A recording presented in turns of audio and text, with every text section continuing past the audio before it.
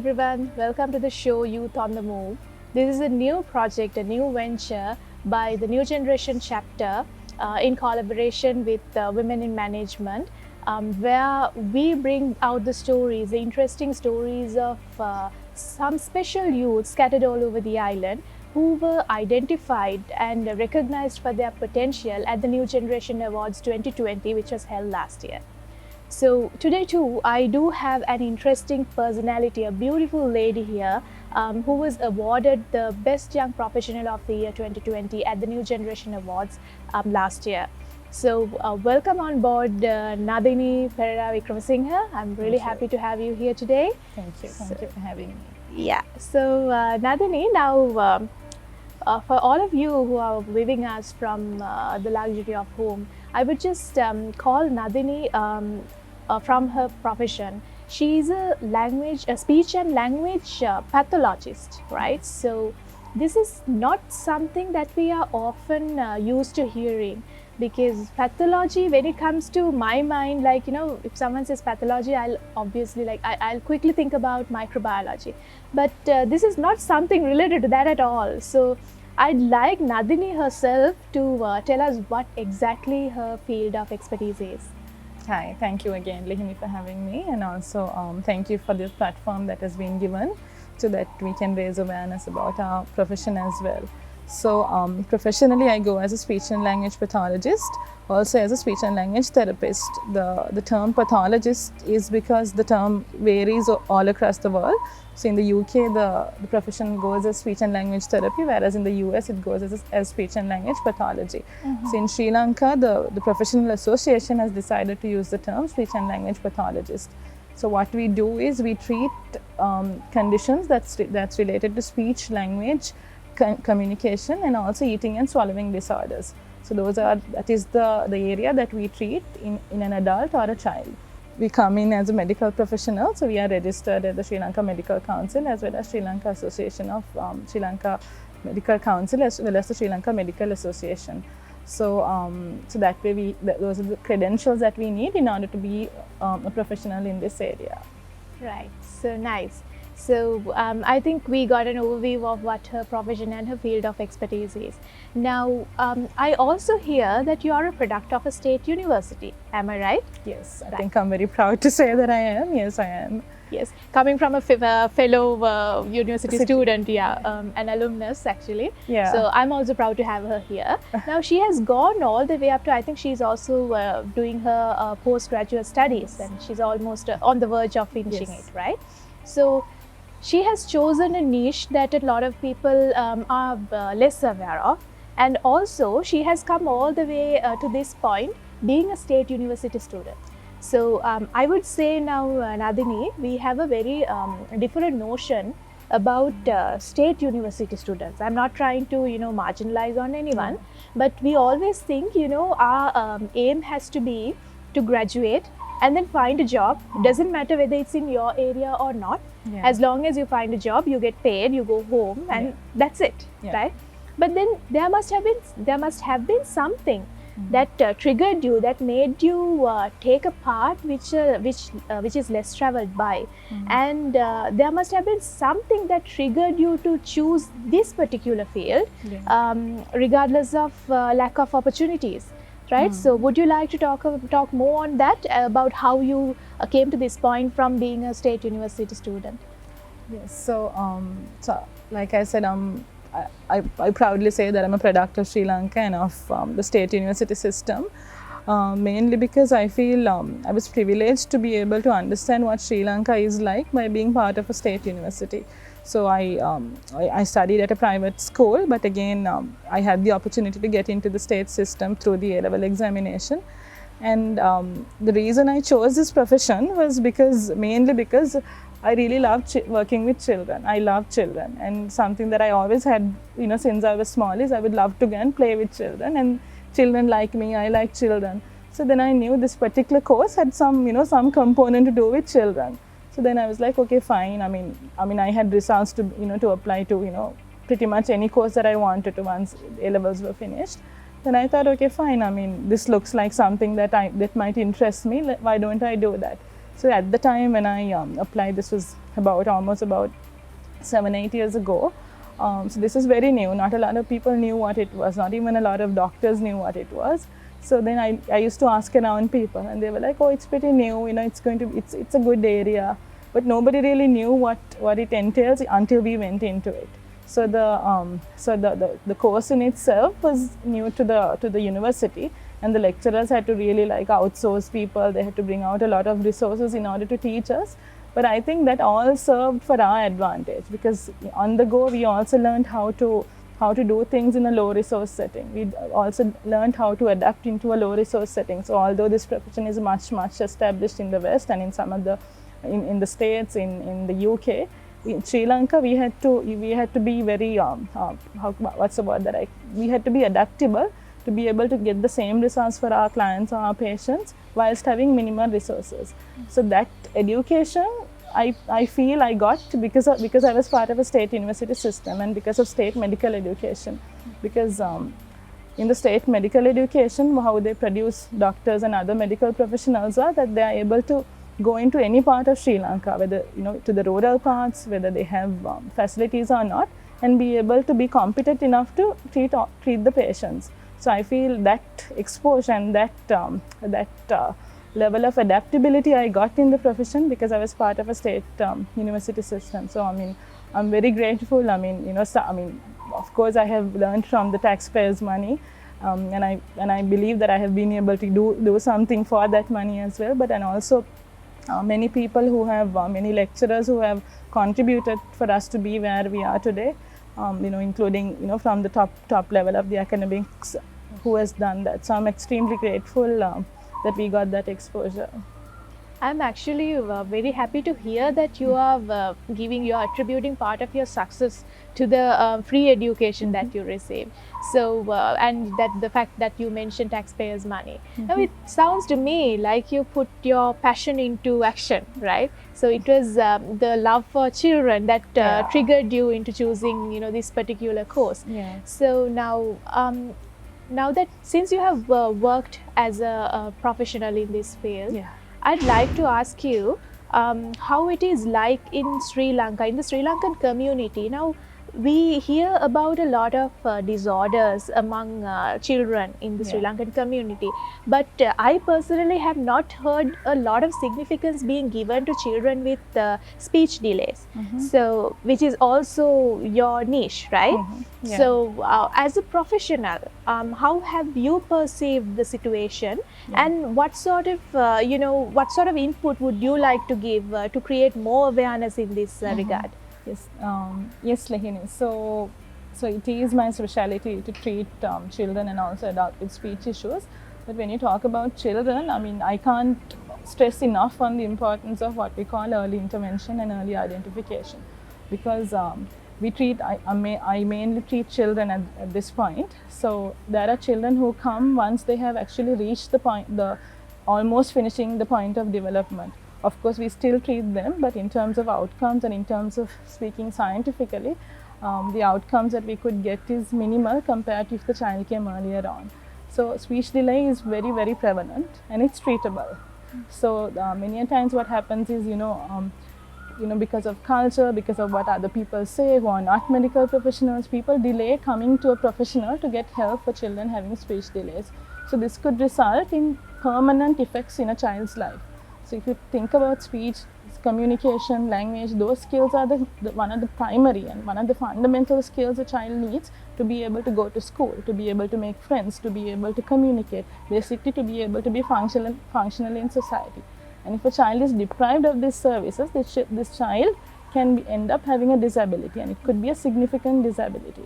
So many a times the identification process happens through the pediatrician, if not a general GP, or even sometimes the preschool teachers, the parents come to us identifying it themselves. So sometimes raising awareness at multiple layers is needed so that these children get the proper intervention that they need at a timely interval in their life. So when I say timely interval, so 0 to 5 is where the brain development happens at a peak. Then it tends to plateau. Right? So while it's happening at a peak like this, that is the point where we come in and we start giving therapies in order to stimulate and boost this language and speech development. So if that is delayed, and if they come later on, say after 5 or after 8, this process is going to be much harder for the parents and also for us sometimes. So what we do at this point is, as medical professionals and as other professionals have got organized, and they are doing what we call screening examinations. So if any child in a nursery or in a daycare is they suspect the child to be having a delay, they are identified early and then sent on for intervention. So that if that is being done, the results we can improve on the results. What we do as professionals is we try to get this child as much as they need to be able to come to the level where they're supposed to be. So that's what we do from our profession. So Nadini, I hear that you are you're a consultant at one of the leading hospitals in Colombo. So which also means, I perceive from that families from an urban setting would reach out to you, and that you will be able to help them, and it's just a matter of level of awareness.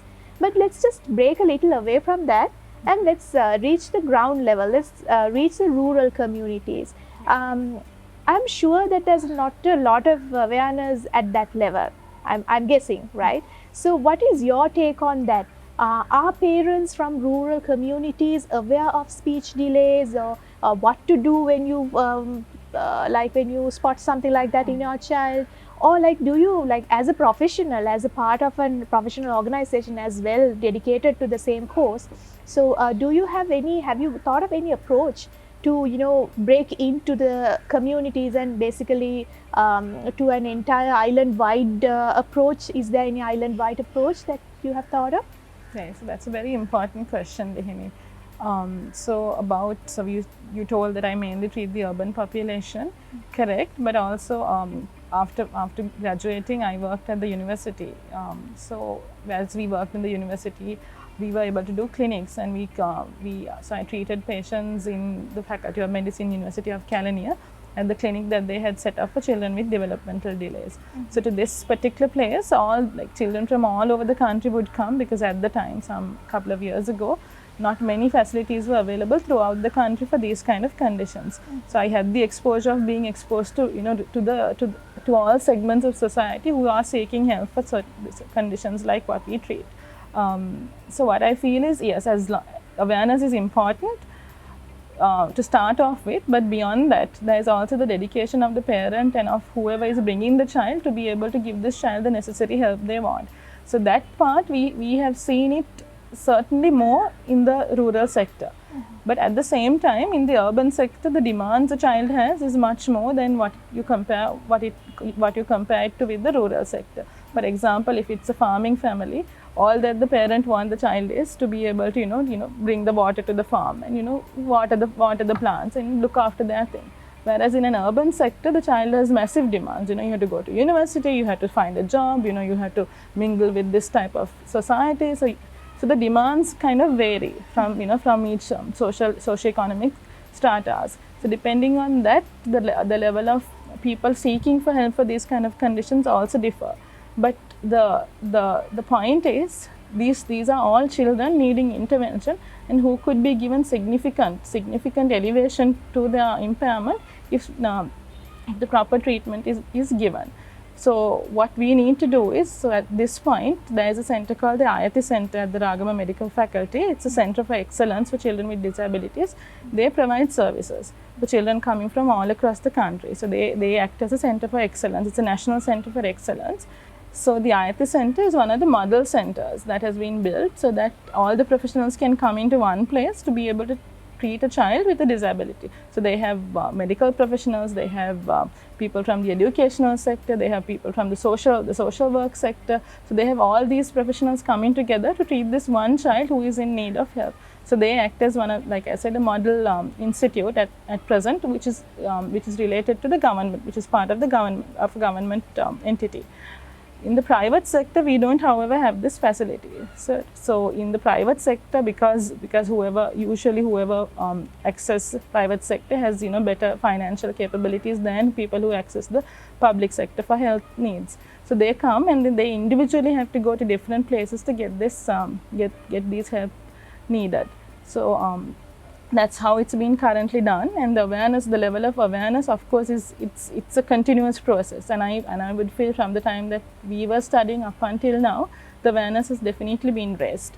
And but it's the question is, how more can we raise it? How more can we tell parents, not just in Colombo but also out in outskirts of Colombo, that bring your child for intervention, bring whoever has a communication or speech language issue for intervention, because speech therapy can make a huge impact in their lives. So that awareness, yes, we are doing it, whilst also professionally, because as a professional, we need to continue to update our knowledge. We need to continue to make sure that our treatment is evidence-based. So we need to continue to work on that area whilst also working on awareness. And like I said before, Lihini, our state university has trained us to be able to go anywhere, to any part of this country, and be able to give the treatment that these children require. So and right now in all in the big government sector hospitals, speech therapists are already being placed. So there is access for children to be able to have this help right now. So that's something that we need to commend the systems, to commend the governments, commend all who have been actively working over the years for these kind of problems. So speaking, or basically the skill of speech, whether it's rural or urban, every child is in imperative need of that, right? Yeah. So I think now you have given us a good overview on what the situation is like. Now at one point you mentioned that IIT Center, which I also have seen pictures and posts about, which I also personally appreciate, is a venture, it's an initiative by the government. And you also mentioned that in the private sector, those who have the financial capacity would approach the private sector, but then again there seems to be a gap between public sector and the private sector, especially in this field. Now as someone who is working closely with the government, I'm always looking at spaces where we can plug in with the private sector and develop engage in development initiatives that would ultimately be positively impactful on the ground level, on the people. So do you see any opportunities as such? Do you think that it would be great for the public and private sectors to partner in ventures like these? What sort of idea do you have in this regard? Definitely. So if you actually talk about the IIT Center, it was an initiative done by the Hemas group. So they initiated it, and the government as well as other organizations came in to help it. So there are many. There is Access Engineering that helped. There are many. I may not be doing justice if I don't mention all the entities that has contributed to it, but there are many who came in to help IIT, because this was a national need. And Kumar Sangakkara, Roshan Mahanama, Professor Nilanthi De Silva, and there were many trustees in this fund who made sure that the public-private sector partnership was brought in to bring up such a entity. So already there is that partnership happening at IIT. But also the question again, what you're saying is, can there be more partnerships? By all means, yes. Because of course, whilst it can be a role model, there can be other niches that other public-private sector partnerships can go towards. Because this is, whilst it's so at the IIT Center, it's the public sector institute, not done for profit. But when it comes to the private sector, of course, it's just like private healthcare services, it will be done for profit. So there is a different thought of thinking, there's a different way of thinking. It's a business development aspect as well that's involved in it. However, if you also get the public sector involved, the quality of it, the outcomes of it won't be compromised. Because coming from again, I think more responsible, owing to the state university, yes, the background that we have got. So you would be more conscientious. I'm not saying that this doesn't mean that whoever has qualified abroad is not conscientious, but in general, someone who has been a beneficiary of state medical education would be more conscientious, I would feel, about the outcome of the patient, and not many a times about the money. So this statement may be controversial in some sense, but I feel personally that is what we have been trained for in that in the state medical education system. So and the other thing is, so when I used to work at the university, again for the public sector, so people would come and ask, also, where can I see you at a private hospital? So although I was doing private practice for the patients for the clients who would come to see me at the public sector, I would say, no, I'm not seeing you at the private sector, because it's me. Whether I see at the public sector or at the private sector, it's the same amount, the same service that you will receive. I'm not doing anything additional in the private sector. So that is the level of training that we have received, because end of the day we feel responsible for our clients. Sometimes we would follow up with them, we would personally call and say, amma baba again yada ginavene mehima karanne. So sometimes because we are passionate about our profession, we follow up like that. So it's not necessarily for the monetary gain, but it's more for the need that child has at that point in their lives. So the mode of income, it's not just the mode of income. Correct. It's actually a service that you do. So Correct. That's how you think, right? That's so how, yes. Yeah, which is very appreciable coming from a very young lady in the profession. So looking back at your life, now Nadini, if I ask you, like, have you ever faced gender bias in your profession? Because, like, for you to be outstanding in academics and also to venture into a very new arena, right? Have you ever got caught up in this gender bias or gender inequality? What was it like in the medical profession for you? Well, so this profession, quite interestingly, I would say about 90% of speech and language pathologists or speech and language therapists are women. So we are saturated. In fact, the gender biases turn the other way around in this profession. So we are, surrounded by women. And for me, I have never found it, sometimes they say when you work with women, it's not, all that pleasant and all of that. But to be honest, I really haven't. It's been a joy to be able to serve with other women. And so I mentioned this to you earlier also, many a times when we approach a family with a family that comes with a child with a speech delay, it's the mother who brings this child. It's the mother who is devastated or depressed, and who comes and tells ane mukak hari karanna mela meta, or they so if you are not enjoying working or helping another woman, I think it will be hard to be successful in this career, because you feel for that mother, you feel for another woman who is in need of help. So sometimes being a woman has given us an advantage in this profession to be able to empathize, to be able to give the children the treatment they need, understanding from what kind of a background the child comes from, particularly when it comes to the mother. So I'm not saying the fathers aren't involved, but many a times what we have seen is the mother takes the sole responsibility, but for some reason the fathers lack support to be able to get actively involved in bringing up a child who has a delay. So that is another day's topic. But like I said, in terms of gender biases, we have more females in this profession. But no, I have not had any issues of gender segregation or glass ceiling or those kind of things. And I think I don't think it will be the case in this profession, Lehini, because this profession is such a a grassroots profession. And also it has this motherly feeling around it, right? Correct, yes. So I think it's more the emotional bond. It's not just another profession. If I think you can correct me if I'm wrong. So I think that's what drives a set of women, yes, another woman forward. So coming to that, I also wanted to ask you now, Nadini. Now, last year you got awarded the best young professional of the year. So at the New Generation Awards. So what do you feel to be awarded like that? How do you see this award? Is it just a recognition of your service, or do you see this as a responsibility? Right. So again, so when I looked at the profile of people who had this awards, I was truly humbled, because most of these very young individuals were people who had made significant impact. And so again, number one, I felt humbled, as well as I felt honored and proud that the recognitions that we have been making as professions, in our field, which is extremely new. And many a times the contribution that we make in our profession is not recognized. So I feel honored that our profession was recognized at this level. But going beyond that, Lehini, it's having a platform like this gives us the opportunity to be able to do effectively the work that we have already been carried.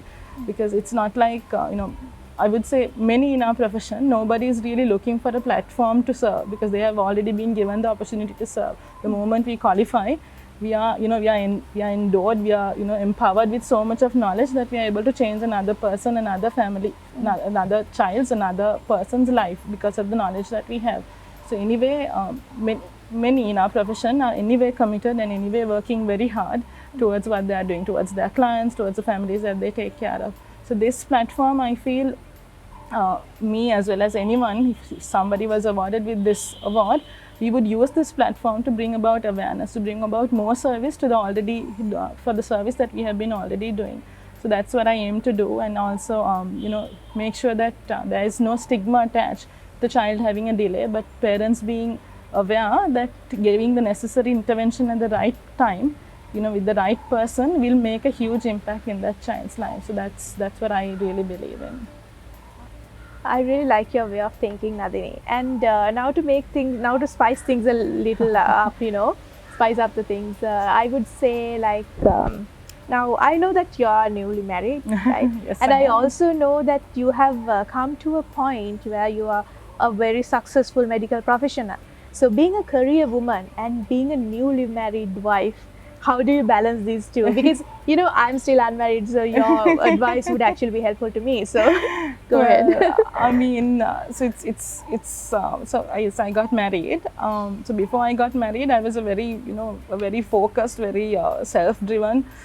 I wouldn't say, very driven woman, So from the time I was, 19, I started to work, working while I'm in the university, writing for the paper, so very, highly multitasking. So marriage, yes, I mean, I always wanted marriage. Marriage is something that, that was in the cards, yes. And then, of course, you go through life and you go, you go through certain things that you thought would work and it wouldn't work. So, and then there comes a point when when you are perceived to be so established and so successful, so people would be like, "මේ තාම බැඳලා නැනේ, ඔක්කොම තියෙනවා, තාම ඇයි දන්නේ බැඳලා නැත්තේ." So and then I have been also told, ඔච්චර මේවා කරන්න එපා, කොල්ල බය වෙනවා මේ, don't get so qualified, don't do things to that well, it's going to be hard for you to find a man. So those are the stigma, those are the notions that the misconceptions, social misconceptions, yes, right? That people carry, and that Yeah. could sometimes, that could get into a woman, to a young lady, to a young woman who is very driven towards a purpose, because they would think, they are gifted, they are talented to make an impact in society, but then these social notions can get into their head, and that can actually derail them from their focus. So for me, I'm thankful, for all the, honestly, I'm thankful for all the advice, the good advice I got, that at the right time it will happen, when it's supposed to happen, and at the right time, you have faith in what you have been having faith in, it will happen. So it did happen at the right time, and at that time, I was prepared, I was prepared not just to prioritize my work, but also to prioritize a relationship, prioritize another person. And so the good part was Lahini, so he, even today before I came, so he supports me, and he admires me for the work that I do, and he doesn't feel threatened or insecure by my achievements, because he's also more equally, he's more competent, and he's satisfied in his career. So and we look at it in a way where whether I benefit or he benefit, it's us who benefit. So it's no longer us being two units, but us being one entity. So in his workplace and in what he does, I take a back seat, and in the work that I do, he takes a back seat. So however, it's just a matter of prioritizing. I wouldn't call it balancing, but knowing when to prioritize, what to prioritize what. Correct. So basically flexibility in prioritizing. Correct. And the fact that you see marriage is not just a bond, it's actually a partnership, where both of you have to give 50%, and it depends on when and where the other one should give majority. So I think I personally learned a lot from speaking to you, Nadini. And it has been actually an amazing pleasure, great pleasure to have you here on the show with us today. Thank you so much. Thank you so much for the service that you do, for the fact that you show gratitude towards the government university system, and the work that you do trying to break the barriers, trying to break the misconceptions about speech impaired children. Yeah. So, and I just wish you all the best. Thank you so much, right? Leni, and with all the work that you do. Thank you so much. Thank you.